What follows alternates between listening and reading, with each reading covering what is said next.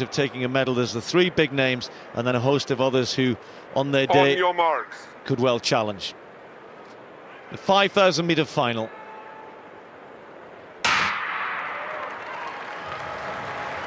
That championship record, 12:52.79, set in that race in Paris. Not sure we'll see anything like that today, but who knows. Bekele has gone off hard around that first bend. Kipchoge following him. And then on the outside, Bernard Lagat leading that group as well. And then once they've run that bend hard, they slow right down as we come through for the first time. 12 laps to go. Well, we've seen him in many, many kinds of races on the country, on the track, indoors and out, 5 and 10,000 metres. And his traditional opening is to get to the front as soon as he possibly can. Normally the scenario is to get to the front as soon as he can and stay there. But today he doesn't need to be in front all the time. But I think one of the things that he's going to be carrying with him in this race today is that he needs to make it somewhere in the race. He needs to make it fast enough so that he puts pressure on the Lagat and Kipchoge, because he knows he can outsprint them, but I think he can outsprint them better in a true run distance race. If it's really slow, I think he could have some questions.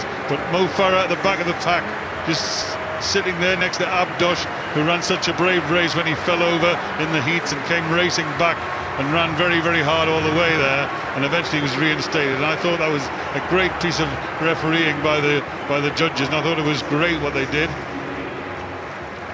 Bekele settling down, and he's slowing there at the front. Well, he's picked the pace up a little bit. I'm just a little concerned about Mo Farah. He's having to speed up a bit now to get with this a bit of injection of pace. You can see they're all stretched out. He's right at the very back.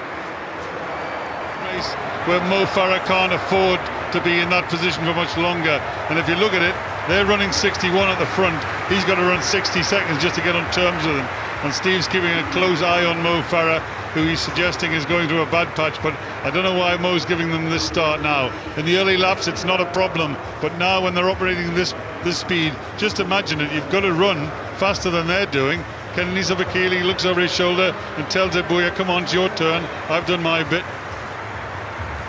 Mo might be just playing a canny card here, as we'd say, because when the pace is moving up and down, if you can just stay even pace, then that's good to do. And if he has been going through a bit of a sticky patch at all, he's certainly got himself into a better position. When they slowed up, they got himself back involved in the race, back in the pack, and I think that's a good place to be.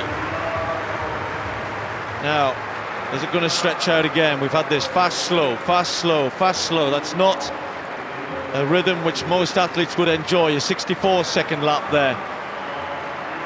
Kipchoge, Ebuya, just putting some pressure. Three Kenyans all gathered around Bekele, but he's been in this position many, many times before. That won't faze him too much.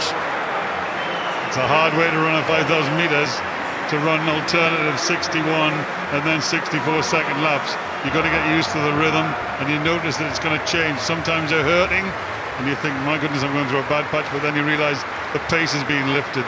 And now the three Kenyans, they're working as a team. Eliud Kipchoge did his bit, and they've got 8 laps to go in the men's 5,000 metres, and this is the kind of distance where athletes can start thinking about making serious attempts. Chepkok does his bit in the early stages.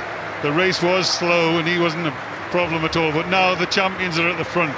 The world champion for 5,000 metres, the former world champion for 5,000 metres, and the world champion for 10,000 metres, Kenenisa Bekele. Just glancing over his shoulder there, he got a bit of a click on the heels. He wasn't very happy with that.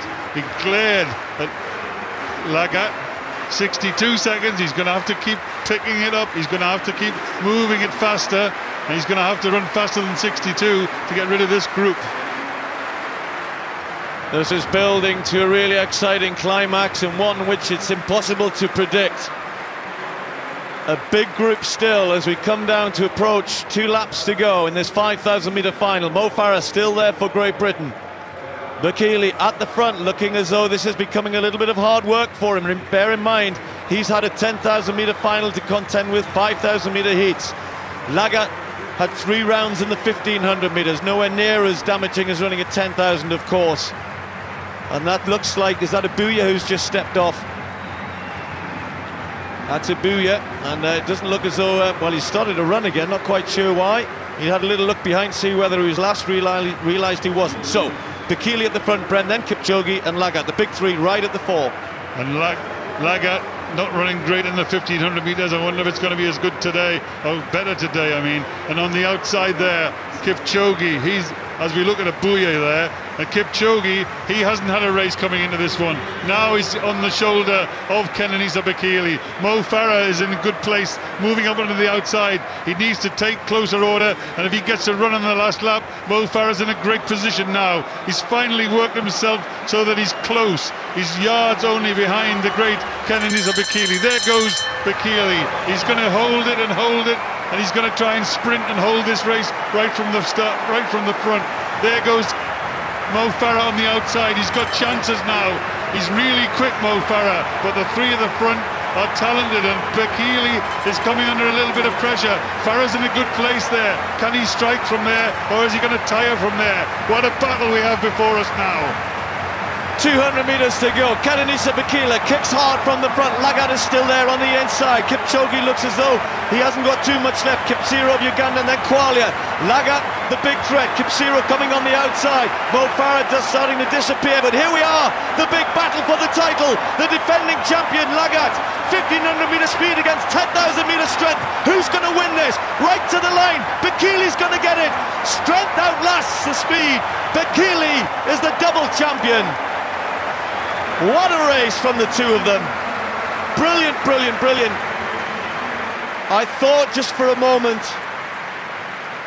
that Lagat had the pace, but it came down to strength and guts and determination, and of course no mean ability. Kenenisa Bekele, the double gold medalist. Mo Farah, we think 7th or 8th. 7th place for Mo Farah. I'm not sure he was at his best today, Mo, and he maybe would have enjoyed if you'd said beforehand this is going to come down to a last lap sprint, but that's what it was, Brendan. Everybody became involved. Lots of athletes had a chance with 250 metres to go, but they couldn't get past this man. You know what, Brendan? It always reminds me of a 5,000 metre Olympic final, Lassie Ver in 1976, when they were queuing on his shoulder to get past. They were queuing on the shoulder of Kenenisa Bekele, and they couldn't get past him. No, I'm still queuing. I was queuing then, Steve. I'm queuing now. But this was a great, great race. That was a fantastic performance by Lagat. And we're looking at the split times, and they are pretty incredible. The race was slow, and then gradually just began to pick up.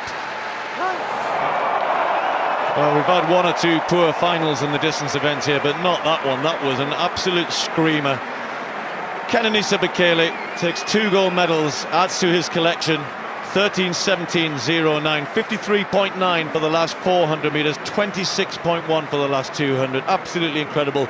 Pushed all the way by a resurgent Bernard Lagat of the USA, taking the silver medal. James Qualia, former Kenyan, now running for Qatar, took the bronze. And then Mo Farah in 7th place, and Mo Farah is now with Phil.